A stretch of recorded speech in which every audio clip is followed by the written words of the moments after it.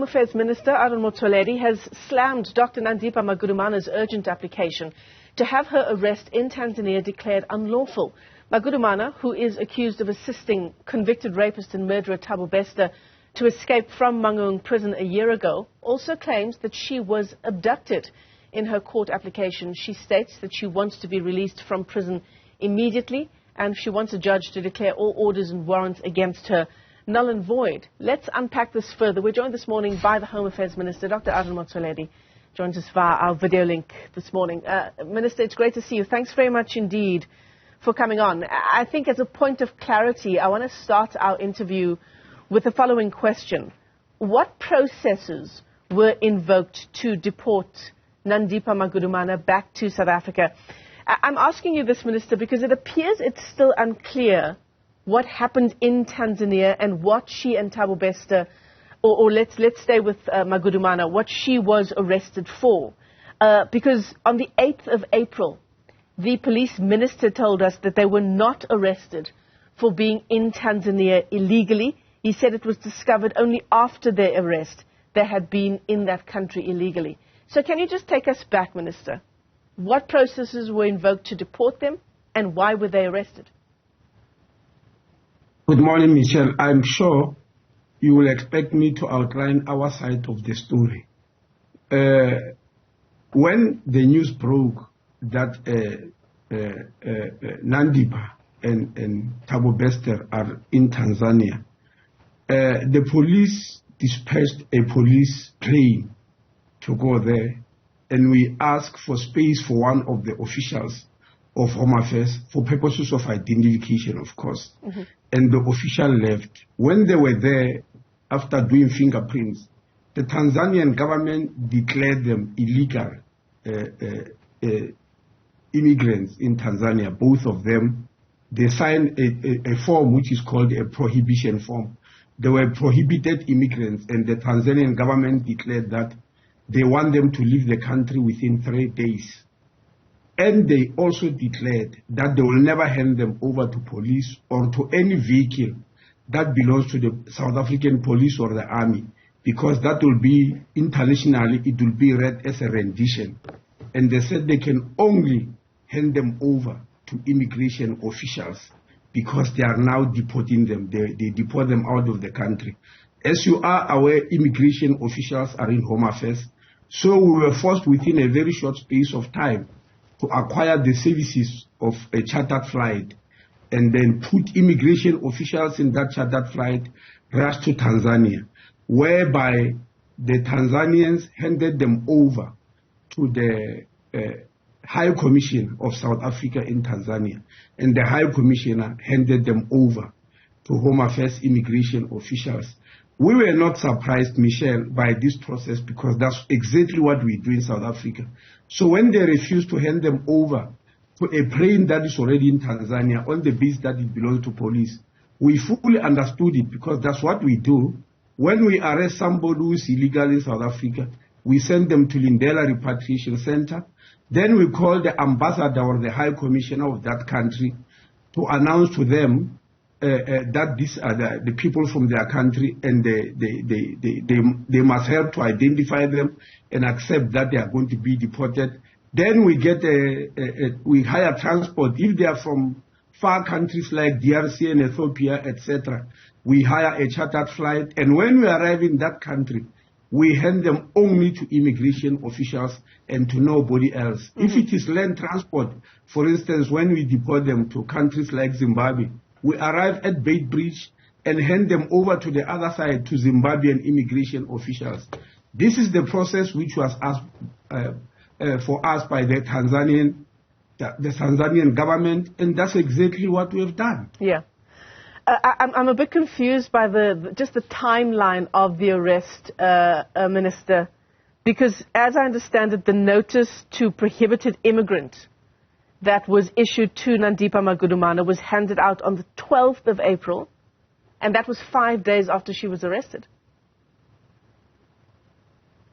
Well, as I said, I'm not sure about the timelines of what happened there.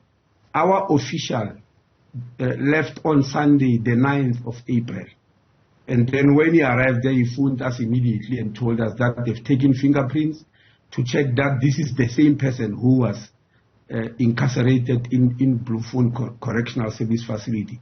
And from there, the report came immediately that the Tanzanians will never hand him over to police, but they are giving us 3 hours. 3 days rather, not hours. And that's why we hired that chartered flight and went to fetch them. You've disputed what Nandipha Magudumana has alleged in court papers in your briefing yesterday, that she was arrested, blindfolded, and put on a plane. What was the manner of her arrest? Well, look, as I'm saying, Michelle, we went there to fetch people who are deported. We did not arrest them as Home Affairs.